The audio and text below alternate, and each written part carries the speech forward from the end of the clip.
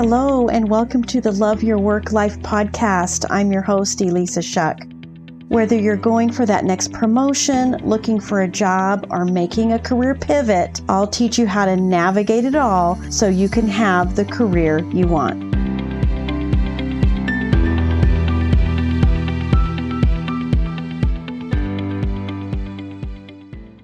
This is Love Your Work Life episode 128. When I was in corporate, part of my job, a lot of my job over the course of time, involved developing new things. This could be new products, this could be marketing campaigns. It was really all about kind of start to finish sorts of things.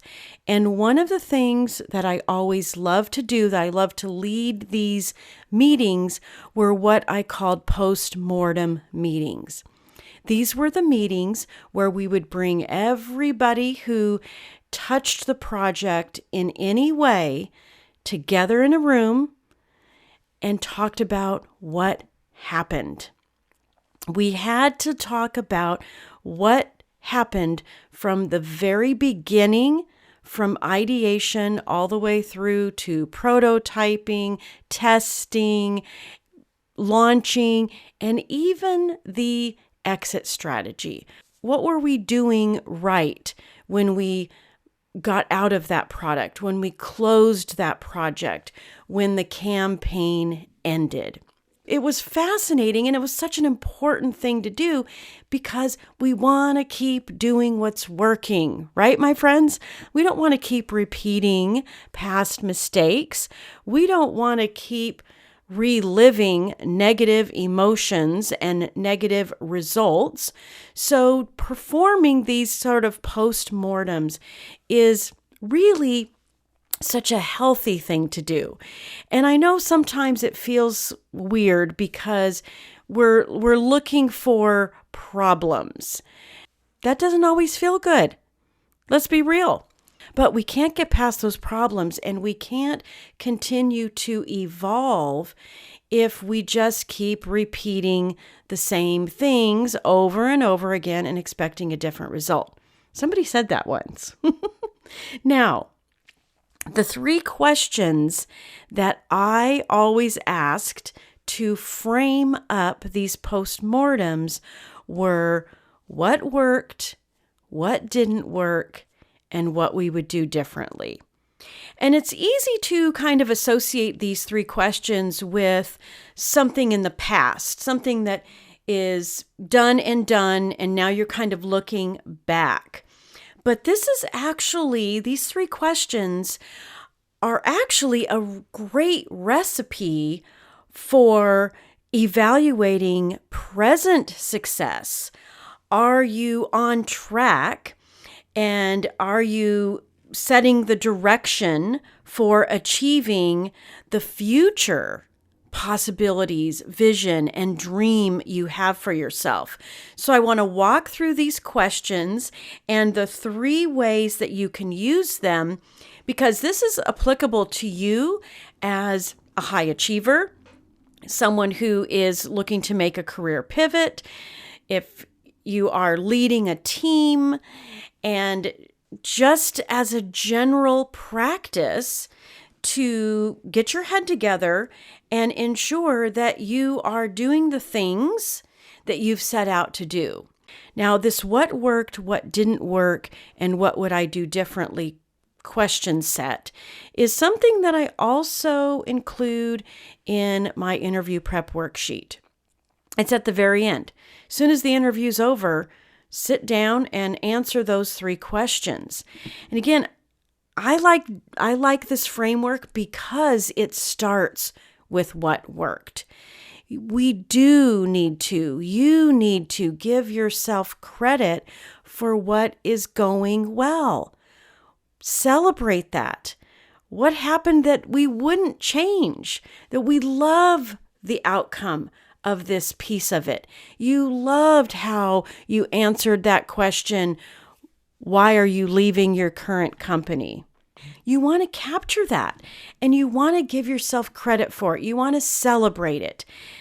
A, because it's a great thing to do, and B, because when you celebrate it, when you relive it, when you have some positive emotions around what worked, it sets up the other two questions to be so much more effective, because you will be in a higher state of critical thinking. That way, when you ask the questions, you're not asking them from this place of defeat and judgment on yourself. You're asking from a much more critical, objective place. And that means you can get to the heart of it.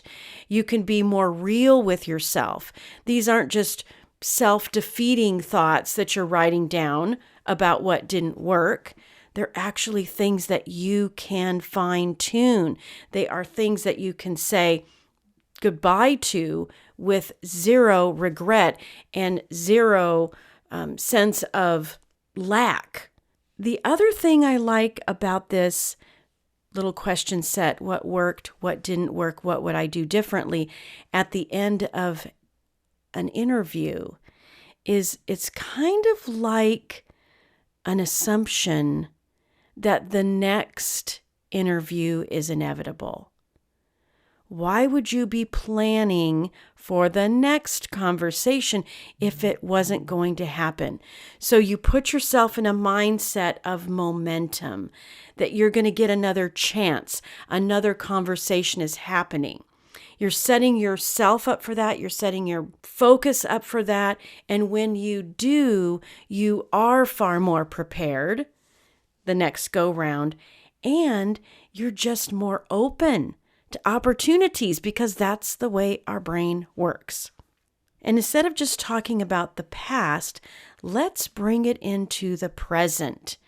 This is a really cool twist on this, because you can actually elevate your present circumstance, not just do better based on what happened in the past, but use it as an in the moment evaluation. Instead of what worked, we're bringing it into present tense. What's working?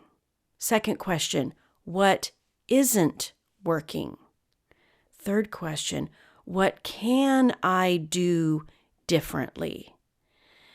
Anytime you're having this sense of feeling stuck, that you have this little urge that there's something more for you out there.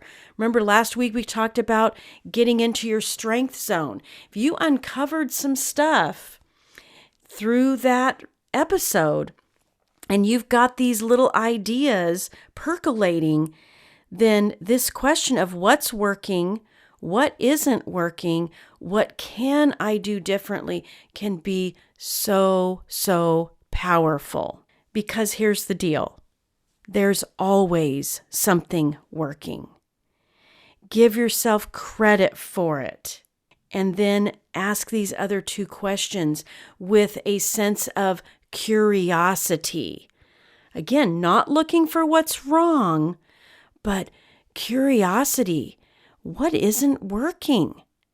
Maybe the workload. Maybe the work-life integration. Maybe it's the little things you have to do every day. Maybe you want to interact with more people and this role has you stuck in a cube somewhere. That's not working because it's self-awareness. And by understanding what isn't working, the contrast of what you don't want helps you create focus and direction towards what you do want. Which brings up, what can I do differently? Is there some way that you can redirect your focus? Can you actually get out there and look for a new job? Can you start to visualize yourself doing something different with a different group of people, leveraging a different set of skills, strengths that utilizes every ounce of experience that you have? Such amazing questions. Now, lastly, I want to even take it a step further. Use these 3 W's to create a future. What does your future look like? This is a little bit of a mind bender because we want a future focus. We're never going to get it if we don't identify it, if we don't create a visual of it, if we don't imagine what it's going to be like. And when you leverage these 3 W's for your future, it can help you achieve the things that are already inside you that you envision for yourself. So what's working? We're going to keep that present tense. Identify what's working. The cool thing about this is when you ask it with a sense of the future focus, what's working asks you to agree with what you know to be true about you. At an innate level, you're not lacking anything. You have the same access to creative powers that have been given to every human being on this planet. So what's working isn't about what's working in the current job. It's about what's working in you. Think about that for a second.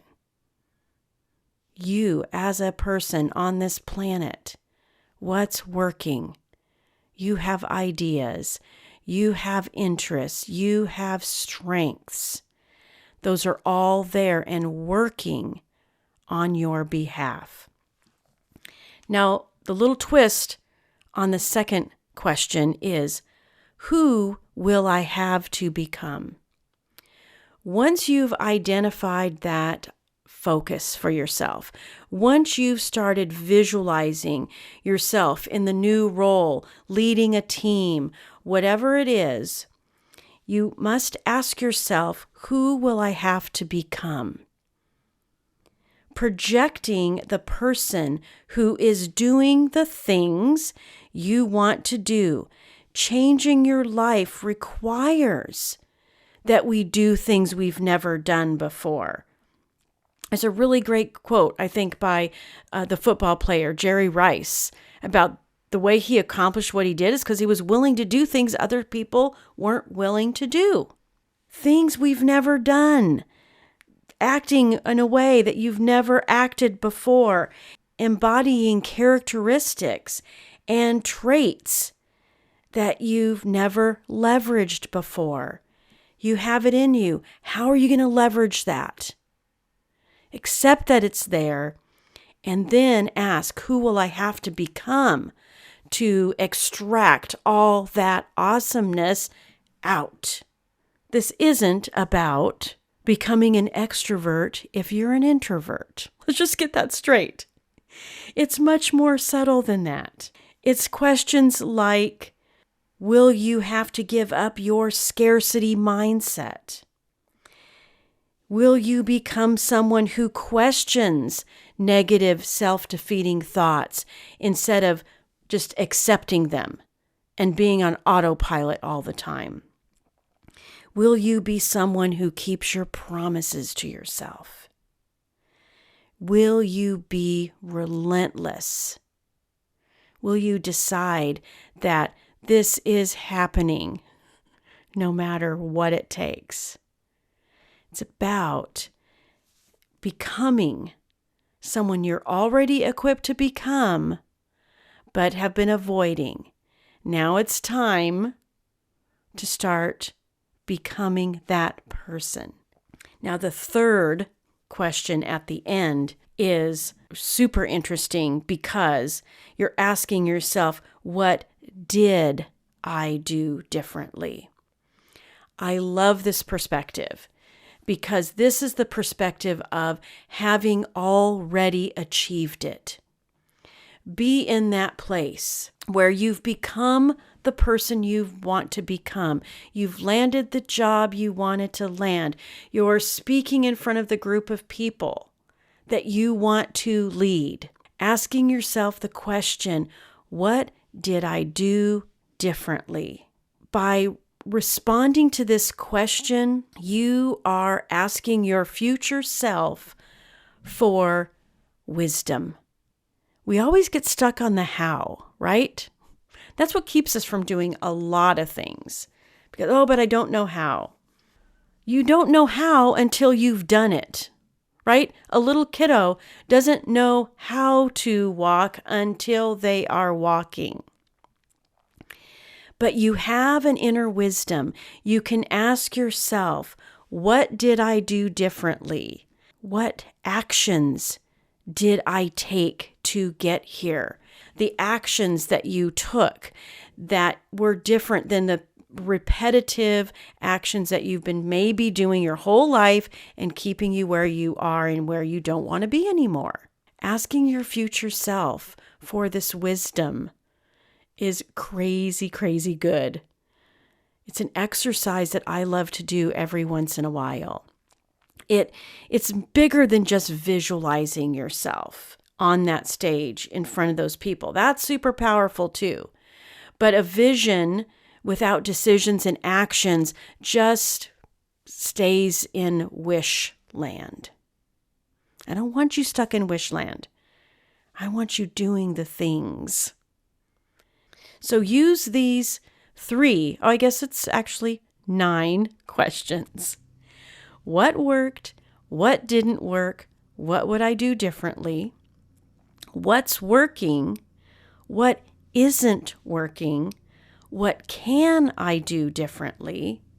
And then finally, what's working? What will I have to become? And what did I do differently? This covers past, present, and future, my friends. And your healthy self-awareness and you giving yourself permission to leverage everything that's already in you for a bright, bright future is such a great decision to make for yourself. Use these questions to go from decision to action to accomplishing. All right. I'll talk to you again soon. If you like this podcast, I invite you to visit the Love Your Work Life website at elissashuck-careercoach.com. On the site, you'll find all the information you need to work with me one-on-one, as well as get access to my courses, Job Search Field Guide, and The Art of Stellar Interviews. I can't wait to help. I look forward to seeing you there.